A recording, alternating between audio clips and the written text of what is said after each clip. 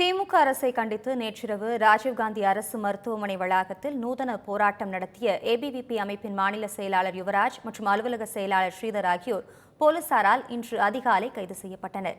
கைதானவர்கள் எங்கு வைக்கப்பட்டுள்ளனர் என்ற தகவல் தெரியவில்லை என ஏபிவிபி அமைப்பினர் குற்றச்சாட்டை முன்வைத்திருந்த நிலையில் அவர்கள் யானைக்கவுனி காவல் நிலையத்தில் வைக்கப்பட்டுள்ளதாக தற்போது தகவல் வெளியாகியுள்ளது.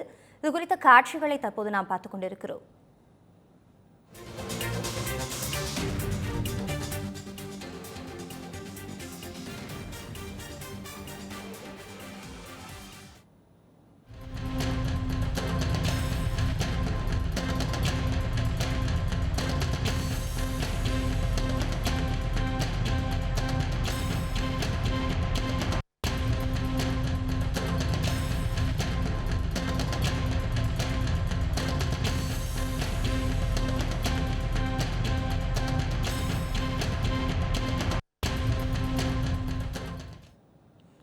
இதுகுறித்து கூடுதல் விவரங்களை வழங்குவதற்காக நமது செய்தியாளர் வீரகுமார் இணைப்பில் இருந்திருக்கிறார். வீரகுமார், கைதானவர்களை எங்கு வைத்துள்ளனர் என்ற கேள்வி எழும்பிய நிலையில் தற்போது யானைக்கவுனி காவல் நிலையத்தில் அவர்கள் இருக்கிறார்கள் என்ற தகவல் வெளியாகியிருக்கிறது. இது குறித்த கூடுதல் விவரங்களை வழங்கலாம். வணக்கம் அபிராமி. அண்ணா பல்கலைக்கழகத்தில் மாணவி பாலியல் வன்கொடுமை செய்யப்பட்டு கண்டித்து தமிழ்நாடு முழுவதுமே எதிர்க்கட்சிகள் அதே போல் அதிமுக பாஜக உள்ளிட்ட கட்சிகள் தொடர்ந்து போராட்டங்களை நேற்றே நடத்தி வந்த நிலையில் இதே போல தான் ஏவிபிவி அதாவது அகில பாரதிய வித்யார்த்தி பரிஷத் அமைப்பினர் சார்பாகவும் நேற்றே அண்ணா பல்கலைக்கழகத்தினுடைய வளாகத்தில் ஒரு போராட்டமானது நடைபெற்றிருந்தது.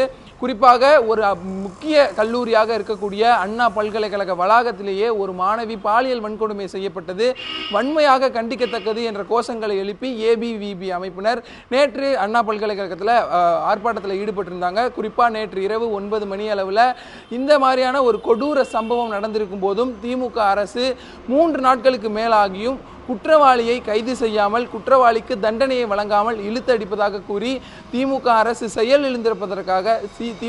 செயலிழந்திருப்பதை உடனடியாக சரி செய்து தர வேண்டி ஏபிவிபி அமைப்பினர் நேற்று இரவு 9 மணி அளவில் சென்னை ராஜீவ்காந்தி அரசு மருத்துவமனையில் திமுக அரசு என உருவம் பொறிக்கப்பட்டிருந்த அந்த உருவ பொம்மையை மருத்துவமனையில் அனுமதிக்க வருகை தந்திருந்தாங்க.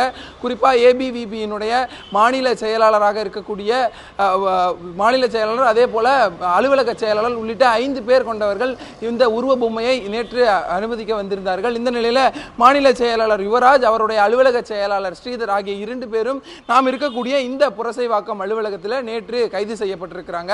இந்த அலுவலகத்தில் நேற்று இரவு அதாவது இன்று அதிகாலை 4 மணி அளவில் இவர்கள் கைது செய்யப்பட்டிருக்கிறார்கள். குறிப்பாக அலுவலகத்தின் கதவானது மூடப்பட்டிருந்த நிலையிலும் காவல்துறையினர் 10க்கும் மேற்பட்டோர் எந்தவித அனுமதியும் வாங்காமல் அத்துமீறி கதவை திறந்து உள்ளே நுழைந்து தூங்கிக் கொண்டிருந்தவர்களை அத்துமீறி அழைத்து சென்றதாக ஒரு குற்றச்சாட்டானது இவர்கள் தரப்புல கூறப்பட்டிருக்கிறது.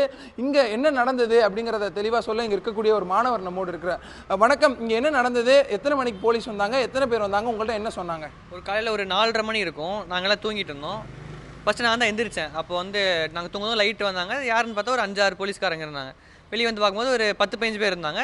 அப்புறம் நாங்கள் கீழே வந்து பார்த்தா கிட்டத்தட்ட 30 பேர்கிட்ட இருந்திருப்பாங்க. அப்புறம் திடீர்னு வெளியே வராதிங்க உள்ளே இருங்கன்னு சொல்லிட்டு அப்புறம் அரெஸ்ட் பண்ணாங்க. எங்களோட டீட்டெயில்ஸ்லாம் வாங்கிக்கிட்டாங்க. அப்போ யுவராஜனை அரெஸ்ட் பண்ணி கூட்டு போயிட்டாங்க. ஸ்ரீதர் அரெஸ்ட் பண்ணிட்டாங்க. அப்புறம் ஒரு சின்ன பையன் ஒருத்தர் அவனையும் அரெஸ்ட் பண்ணி கூட்டு போயிட்டாங்க. எங்கே கூட்டு போய் கூட சொல்லலை. அப்புறம் நாங்களாம் ஏதோ கேட்டு கடைசியாக சொன்னாங்க C2 போலீஸ் ஸ்டேஷன் அந்த மாதிரி. அப்புறம் அப்புறம் எங்கன்னே தெரில அந்த மாதிரி தூங்கிட்டு இருந்தவங்கள அத்துமீறி காவல்துறையினர் அழைத்து சென்றிருக்காங்க. அதே போல யுவராஜ் அதே போல அலுவலக செயலாளர் ஸ்ரீதர் அதோடு மட்டுமல்லாமல் ஒரு சிறுவன் சூர்யா என்ற 17 வயது சிறுவன் மூவரையும் அழைத்து சென்றிருக்கிறார்கள். சிறுவன் 17 வயது என்பதனால அவனை இங்கேயே அழைத்து வந்து 2 காவல் கண்காணிப்பாளர்களுடைய உதவியோடு இந்த அலுவலகத்திலேயே கண்காணிப்பில் வைத்திருக்கிறார்கள். மேலும் இந்த பகுதியில் இருந்த இன்னொரு நபரிடம் கேட்கலாம். சார் வணக்கம், இங்க என்ன சார் நடந்தது? காவல்துறை தரப்புல என்ன தெரிவிச்சாங்க? எனக்கு தெரியாதுங்க, நான் வாட்ச்மேன் வேலை பார்க்குறேன். வந்தாங்க, இந்த கார் யாருதுன்னு என்கிட்ட கேட்டாங்க. நான் சொன்னேன் ஏபிபி மேலே இருக்காங்க, அவ்வளோதான், வேறு ஒன்றும் கேட்கல. நான் சொன்னேன் என்ன ஏதுன்னு கேட்டப்போ எதுவும் சொல்லலை. நான் அதுக்கப்புறம் நானும் ஒன்றும் சொல்ல, அவங்களா மேலே போனாங்க. எனக்கு எத்தனை போலீஸ் வந்திருப்பாங்க? இங்கே ஏதாவது முன்கூட்டி தெரிவிச்சாங்களா இல்லை கதவு தானாக திறந்துருந்ததா? அதை சொல்லி தானாக திறந்துல, அவங்களே திறந்துட்டாங்க. செயின் இருந்துச்சு, அவங்களே கையை விட்டு தாப்பால் திறந்துட்டு அவங்களே வந்தாங்க. நான் ஏந்திரிச்சேன். என்கிட்ட கேட்டாங்க உன்னோட செல்ஃபோன் எங்கே என்ன? நான் சொன்னேன் என்கிட்ட செல்ஃபோன்லாம் இருக்குதுல்ல, இந்த மொபைலில் தான் இந்த சிசிடிவி பார்ப்பேன், யார் வெளியில் இருக்கா ஏதாச்சும் பார்த்துட்டு நான் திறப்பேன், இல்லைன்னா திறக்க மாட்டேன். கதவு நீங்கள் தட்டல, ஆனால் யாரோ செயின் அவுத்தோன்னே நான் எழுந்திரிச்சிட்டேன், வேறு ஒன்றும் இல்லை. இங்கே இருக்கக்கூடிய நபர்கள் பேசியதை வச்சு நம்மளால் பார்க்க முடியுது. அதே போல் இந்த அலுவலகத்தினுடைய சிசிடிவி காட்சிகளை பார்க்கும்போதே தெரிகிறது. குறிப்பாக சரியாக 4:25 மணி அளவு இருக்கும் அதிகாலை. அந்த நேரத்தில் இந்த பகுதியில் பெருமளவு நடமாட்டம் இல்லாததை கணக்கில் வைத்து காவல்துறையினர் ஒரு வாகனத்தில் வந்து இங்கு இருந்த 3 பேரையும் கைது செய்து அழைத்து சென்றிருக்கிறார்கள். குறிப்பாக இங்கே அழைத்து செல்லும் போது எங்கே அழைத்து செல்கிறோம், எதனால் அழைத்து செல்கிறோம், எந்தவித ஒரு அடிப்படை அறிக்கை கூட இவர்களிடம் தெரிவிக்கவில்லை என்பதை இவர்கள் குற்றச்சாட்டாக வைக்கிறார்கள். இந்த நிலையில் கைது செய்யப்பட்ட 3 ஒருவர் சிறுவர் என்பதனால இந்த பகுதியிலேயே காவல் கண்காணிப்பில் அலுவலகத்தினுடைய 4வது மாடியில் காவல் கண்காணிப்பில் வைக்கப்பட்டிருக்கிறார். மீதி 2 C2 சென்ட்ரல் யானைக்கவனி காவல் நிலையத்தில் கைது செய்யப்பட்டு வைத்திருக்கிறார்கள். குறிப்பாக நேற்று இரவு ராஜீவ்காந்தி அரசு மருத்துவமனையில் திமுக அரசு என உருவம் பொறிக்கப்பட்டிருந்த அந்த பொம்மையை அனுமதிக்க சென்ற இந்த 3 நேற்று கைது செய்யப்பட்ட நிலையில் இவர்களுடைய இருப்பிடமானது, அதாவது கைது செய்யப்பட்டு வைத்திருக்கக்கூடிய இடமானது தற்போது வெளியாகி இருக்கிறது. அதே போல அந்த சிசிடிவி காட்சிகளை பார்க்கும்போது தெரிகிறது, காவல்துறையினர் கிட்டத்தட்ட ஒரு 10க்கும் மேற்பட்டோர் எந்தவித அனுமதியும் பெறாமல் தாங்களாகவே முன் வந்து அந்த கதவு சாத்தியிருந்த கதவை தாங்களாகவே திறந்து உள்ளே நுழைந்து அவர் தூங்கி கொண்டிருந்தவர்களை எழுப்பி உடனடியாக அழைத்து சென்றிருக்கிறார்கள்.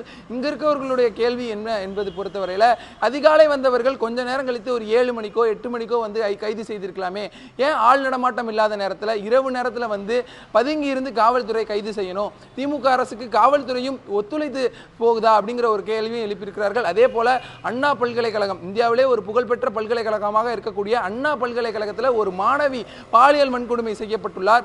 அது போன்ற சம்பவங்களை தடுக்க தவறிய திமுக அரசு போராட்டத்தில் ஈடுபடுபவர்களும் நியாயம் கேட்பவர்களையும் தொடர்ச்சியாக அத்துமீறி கைது செய்வதற்கான காரணம் என்ன என்பதையும் இவர்கள் கேள்வியாக முன்வைக்கிறார்கள். அபிராமி, விரிவான விவரங்களுக்கு நன்றி வீரகுமார்.